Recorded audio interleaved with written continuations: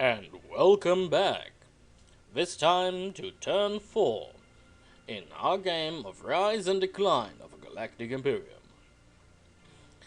Now, let's go through the same basic procedures we've done during the previous videos.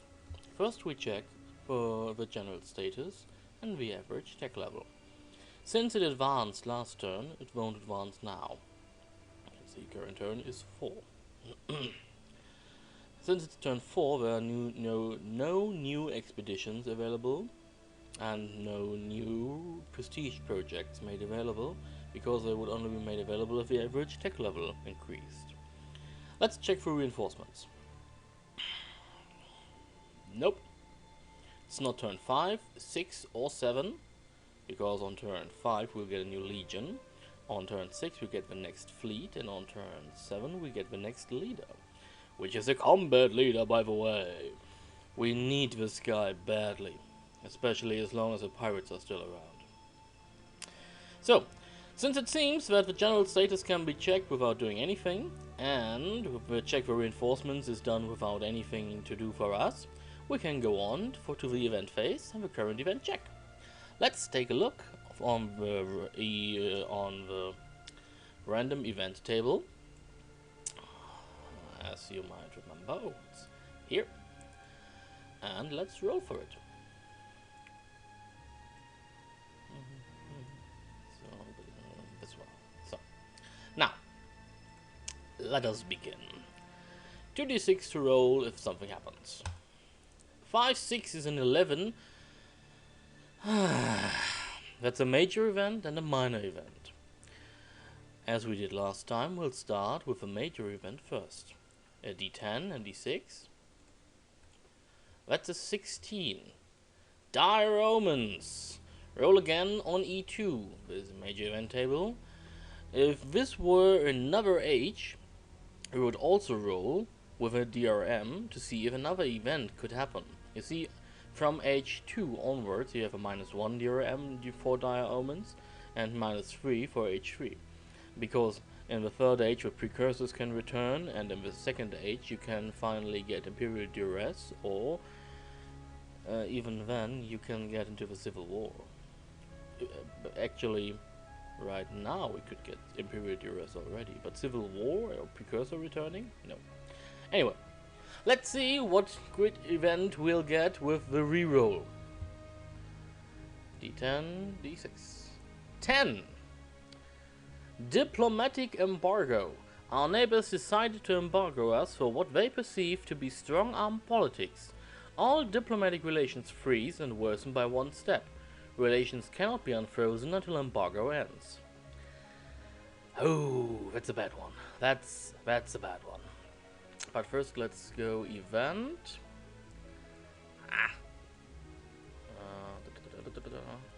Diplomatic embargo. That's the one currently happening to us. So, also all our relations are frozen. And all are worsened by one step. That's really bad. As you can see, we are not yet at hateful, but if we are going to hateful, that means that an empire might declare war on us, or basically it will, and will start sending troops. And seeing at the current state that we are in, that's really not something we want to happen. So I think we might try and end this event as fast as possible. Unfortunately, even then, as you see, relations cannot be unfrozen until embargo ends, means that we'll need to invest heavily to, once the embargo has ended, unfreeze not only those relations, but also then try and get them up to neutral. But we'll see. Maybe we'll be lucky. I don't think so, but then again, everything can happen. Let's go for the minor event. Now, we have one minor event that can also happen. And with a d10. 6. Recruitment drive. May raise units this turn only at full strength immediately. Since we can't raise any units currently, there's no recruitment drive necessity. Pointless, basically. Now, since we've done all that, let's take a look There are no random pirates, only the event pirates, and they move according to E4. First move. 2! Uh-oh. They move to 7-2. That's bad. And next move is 5 to 8-2. Lucky us. Don't really know what we've done if they had already entered our systems. Basically stop playing if it all gets to hell. You know? So, event movement has been done. We've checked for a random event. Da, da, da, da, da. Current event check can't be done because no event here. Okay. Let's go to the stellar phase. Let's determine our current Imperial funding. So... Now, last turn our Imperial funding was 0. Our last turn our current Imperial funding was 4. We have 3, and then we have the treasury doesn't care about us. Our political standing is currently at 4. That means we get +1. Are at 4. Military standing is at 2. Means we don't get anything else. Imperial tech level isn't high enough. No energy exchange. No politics of any kind. Means we keep staying at 4. So 4. Ta-da! So we have a bit of money. At least that. That means we can try to end the diplomatic embargo. Oh, what fun we'll have. Now, after we've determined our Imperial funding, we next go into the stellar action phase. Now, let's see. We could try to annex 8-4, and once we're done with that, could go during the political phase. Well, we need to start the project for one, and the other thing is that we'll need to try and end this despicable, goddamn bad event for us. And unfortunately, it'll only succeed on a roll of 1 to 3. If we have 2 points left by then, meaning we'll try for 1 for an X and 1 for the energy exchange, which will start then. It will mean that basically, well, how do I say it? It would mean that we have with a 50% chance of ending the diplomatic embargo at the end of this term. Well, I think we'll go for it.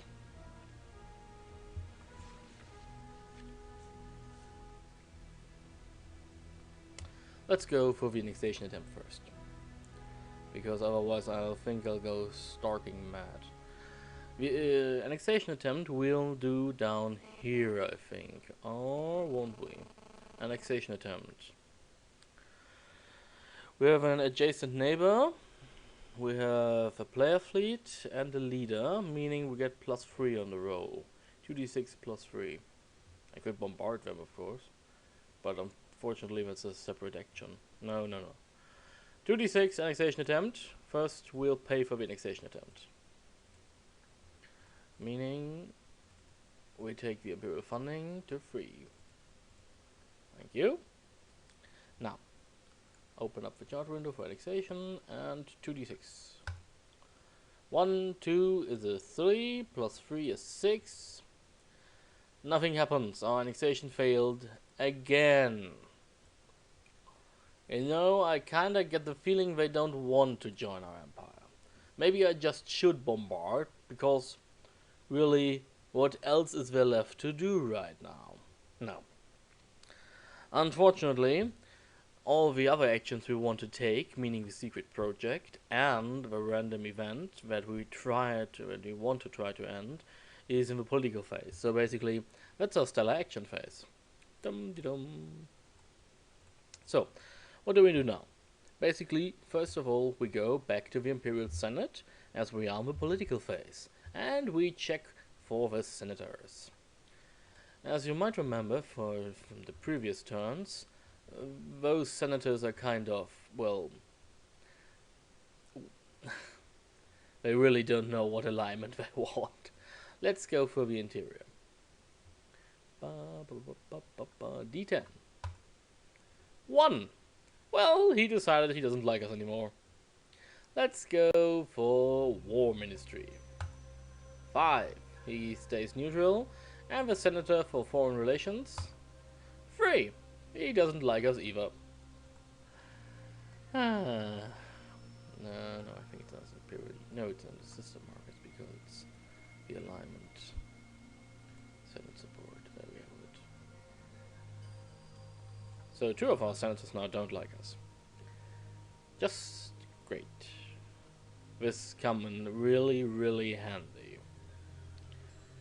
Well, now let's not think about that too much. Diplomacy. As you already know, our diplomacy is currently in bad shape because it seems our neighbors perceive what we've done to be strong-arm politics. Well, it's kind of understandable. After all, we are trying to coerce other systems that are adjacent to ours to join us by will or by force. But we aren't as aggressive as you'd need to be for this to happen. Oh well, nothing we can do about it now. Let's check on our diplomacy roll. 1d10. 1. Frag. Relations worsen. With whom? 1d6. 2. With the Jijin Republic. Great. So, that's a fun thing we can now do. As you can see, our frozen relations lead to war with the Jijin. It seems they are a little bit more pissed than the rest. Let's take a look what happens now.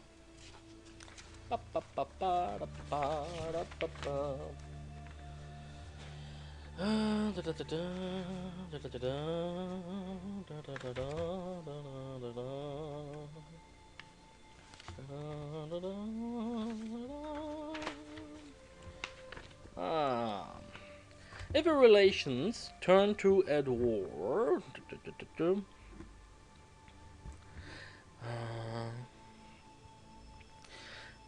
if it was a Cold War, relationship turns to war. If a relationship turns to war, check 1, 10 to 3, 10 to 3. If a relationship turns to at war, roll on war table D3. Let's check for the war table. War. Okay. Determine war goal and size of invading troops. Place invading units according to chart result. Okay, the war goal for the Jijin Republic would be rolled with 1d10 and a d6. And of course it needs to be a player sector. Or?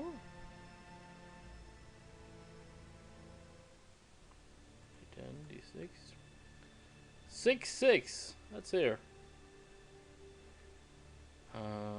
Target sector.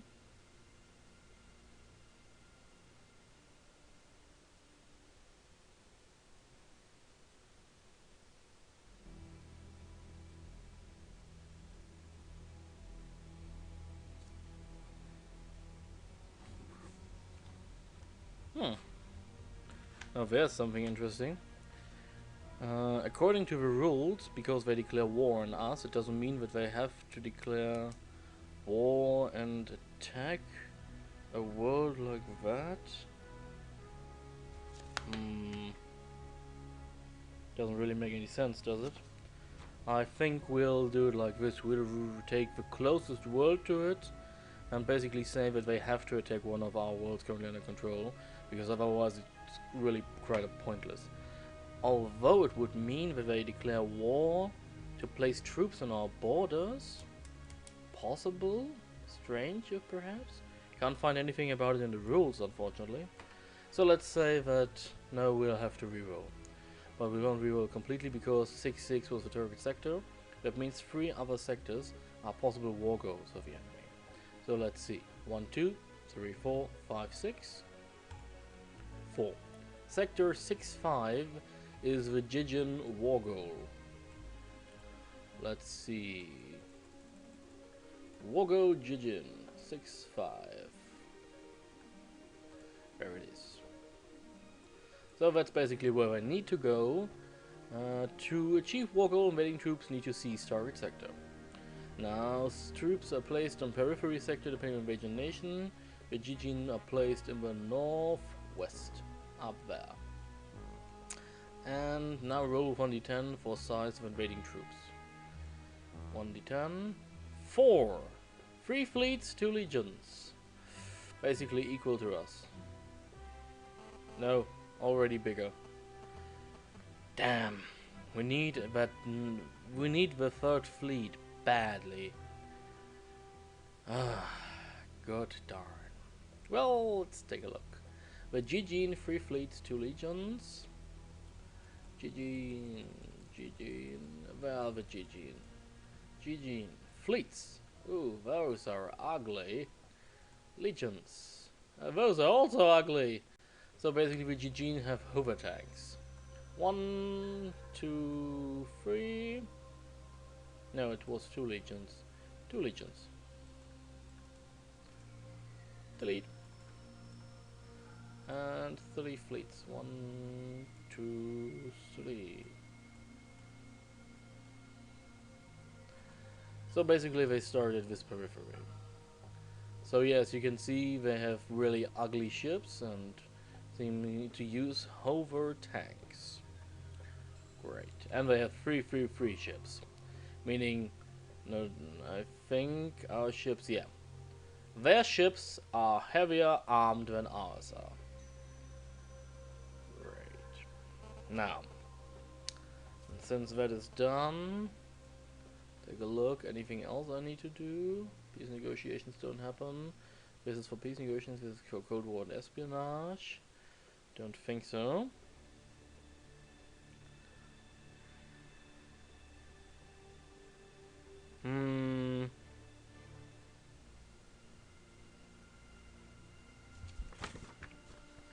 No, it doesn't seem so. Okay. So basically that was diplomacy checking. So after diplomacy, which was really bad for us, we check our standing. Which is also worsened because the military of the interior also hates us. But we are at war, meaning our military standing rises. Now, let's take a look. First of all, we start with, in this case, a political standing. It's base 2. The Minister of the Interior hates our guts, and, meaning it's 1, we have a war, meaning it's 0. But at least we have no eliminated player fleets and or legions on the turn track, so it's +1 again. So our political standing currently is 1. Here it is, 1. So, now let's take the next one. First we roll for our political standing. If we roll a 1, nothing happens, otherwise we can get unrest. 3. There's unrest within our sectors. And unrest check for 9-5. 9-5 is there. Let's open up the chart window for our unrest checks. There it is. 1d6 against political standing.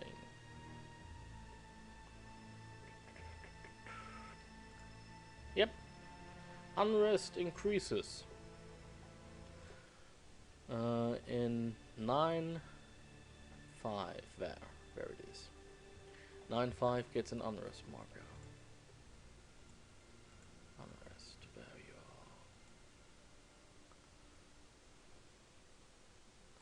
are. There. So as you can see, those people are really an unhappy lot. Basically you will need to punch them down. Next go for the military standing. Now our military standing currently is at base 2. The Senator for war doesn't oppose or support us. We have a war, so we go to 3. And that's basically it seems. Yep. 3. Alright. Should be here. 3. Excellent. Now, since our military standing has now risen for the roll for piracy, let's roll 4. A pirate appears. Of course a pirate appears. I mean, what else would happen? Or be new? Pirates? pirates. Oh, it's that pirates. No, I need pirate fleet. D10, D6. 9-4. 9-4 means 10-4, basically. Down there, on the southern rim. Random pirate appears.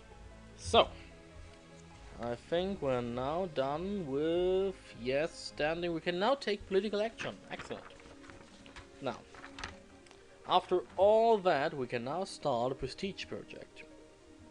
And it usually is chosen at random, but since there's only one available, I think we can assume that if I lower our current funding by 1, that'll mean that the energy exchange is chosen automatically. Let's see. If a player decides to take, can start a new project at random, places the corresponding marker on the progress track on the political mat. Do it. This is a project.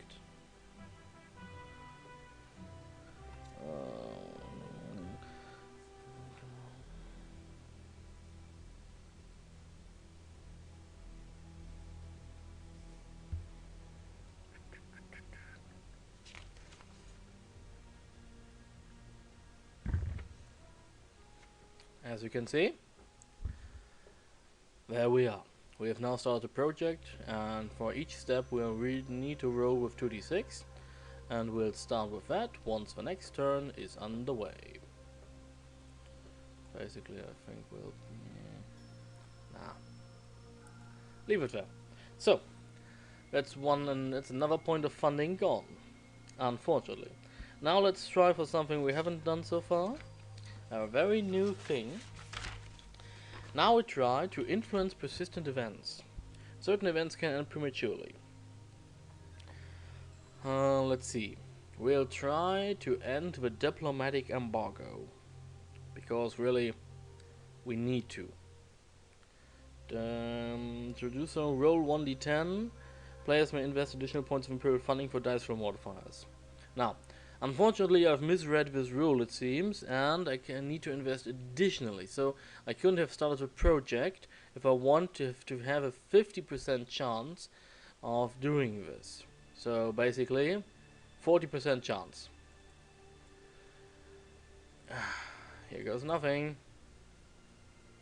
D10. Yes! Diplomatic embargo is flipped. We have gone into a free trade agreement. Excellent.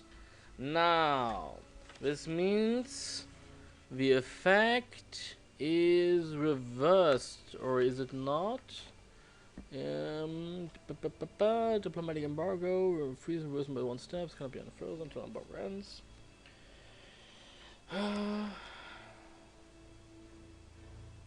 Further rolls of an event ended in this way are treated as nothing happens.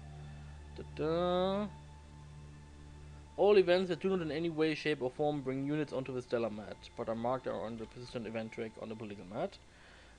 Okay, no. Well, basically, that's basically it.